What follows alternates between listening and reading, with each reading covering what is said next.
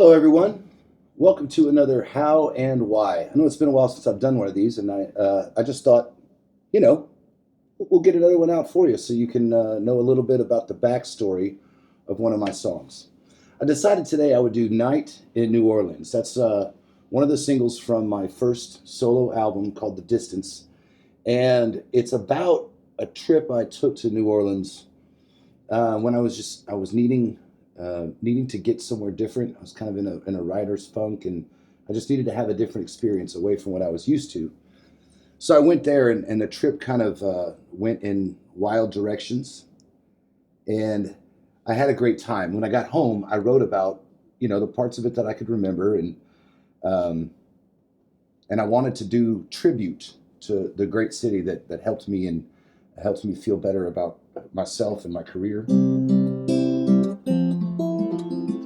It's such an amazing place if you've never been there. If you walk down Bourbon Street, there's these cacophonous sounds coming from different bands and different venues, all flooding the street with the noise of parades and horn players that are out on the street, and it's just a magical place if you like to hear sounds. So I wrote the song, and I named a lot of the places. In fact, a friend of mine has told me that he's gone to New Orleans and taken the Joshua Ingram Night in New Orleans stop by stop tour, which was kind of fun to hear. I guess you can use this song as a tour guide if you want, but it starts with kind of the first morning after I'd gotten there, and leads you through a little bit of the story. Now I'm going to play it, and then after we'll talk about the song itself and maybe some of the details that you didn't know. But here's Night in New Orleans. Well, I rolled out of bed at the St. Charles, tried to remember where I'd been the night before. Between Checkpoint Charlie's and the Maison Bourbon, it gets a little fuzzy, like I got what I deserved. I know I got 2 more nights in New Orleans. Got coffee and a beignet du monde, hoping I could find a place to hear the Dirty Dozen band. Got sidetracked in a place off of Iberville. The only quarter I know costs $100 bill. I know I got 1 more night in New Orleans.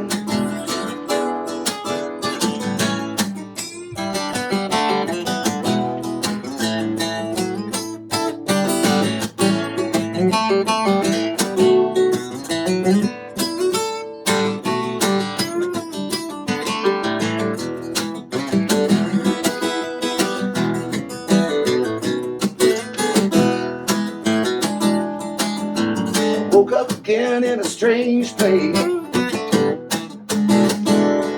Well, I'm kind of getting used to wondering what I did with all of my days. I'm gonna make it count, 'cause it was my last night. Maybe the cat's me out with that tropical owl, but I know I got tonight in New Orleans.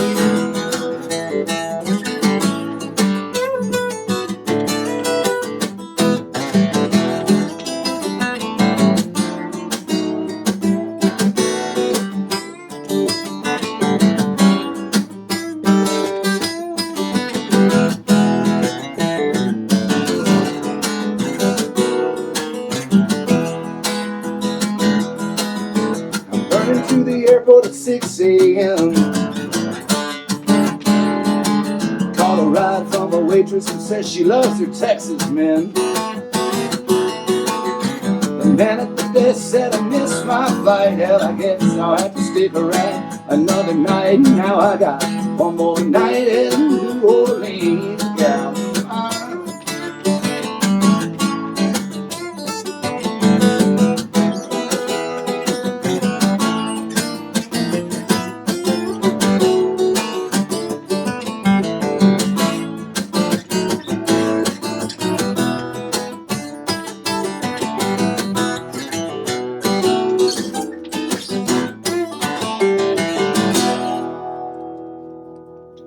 That is Night in New Orleans.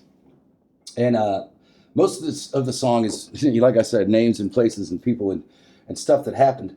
Now there's a part in there where I mentioned going to the airport really early and getting a ride from a waitress, and that's actually a true story. When I first sat down, I was working with a restaurant here in Dallas, and we happened to get half off at the company's places. And so I went to one of those restaurants because I was hungry. And so I got out of the cab there. And and I wound up meeting the kitchen manager, and the waitress that was serving, the server that was serving me it was her first, I was her first table out of training. So she had the trainer's eyes watching her and the manager's watching her. And we struck up a conversation. They struck up a conversation with me, and we got to learn a little bit about their restaurant. They told me where they like to go after. So it was kind of cool to have that local hookup almost right away.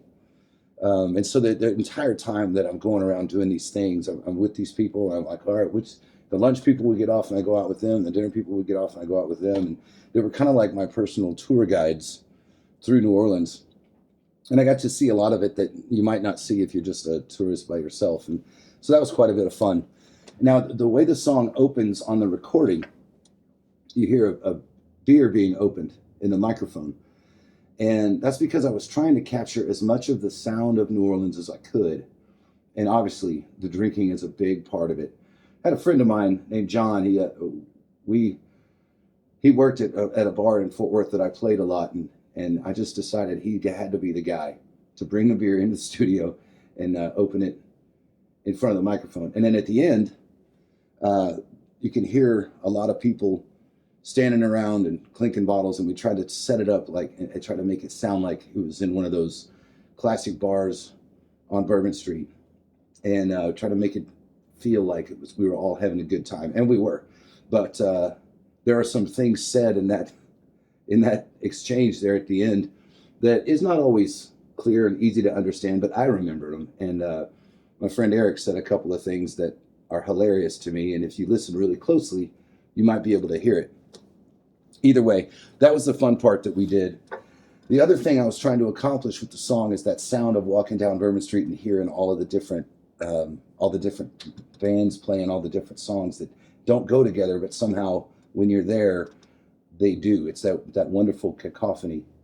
So there are some long solo figures in the track, and I had Rick Curcio of Ashmore playing lead guitar, and he did a fantastic job on this. Joel Henry, who at the time, and may still off and on, I'm not sure, was one of the regular players at Pete's Piano Bar. So when I wanted someone who could overplay, if you want someone who plays more notes than necessary, get someone from Pete's Piano Bar to play on your record, because that's what I asked him to do. And so he played the piano and the organ on this track, and just did a killer job. And there was another guy, it was a friend of mine.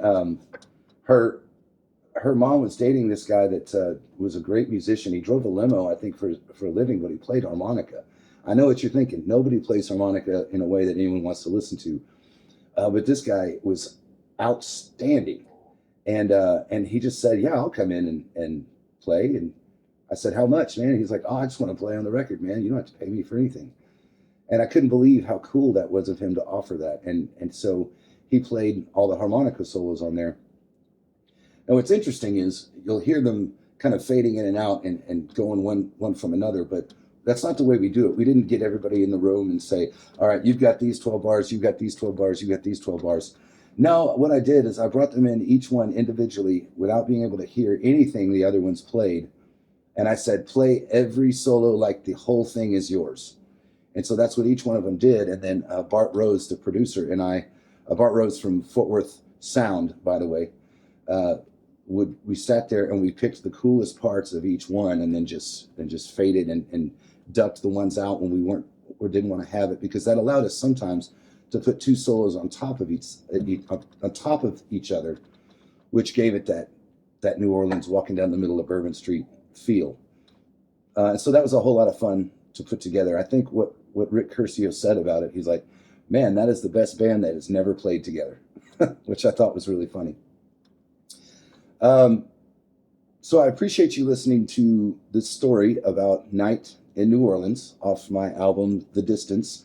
I'll put some links in the comments below. Please like and share, and you know, I will do some more. So if you want to subscribe to the YouTube page or the YouTube channel, then I'll make sure and keep these things up to date for you. So thank you very much for listening. I'm Joshua Ingram. We'll see you later.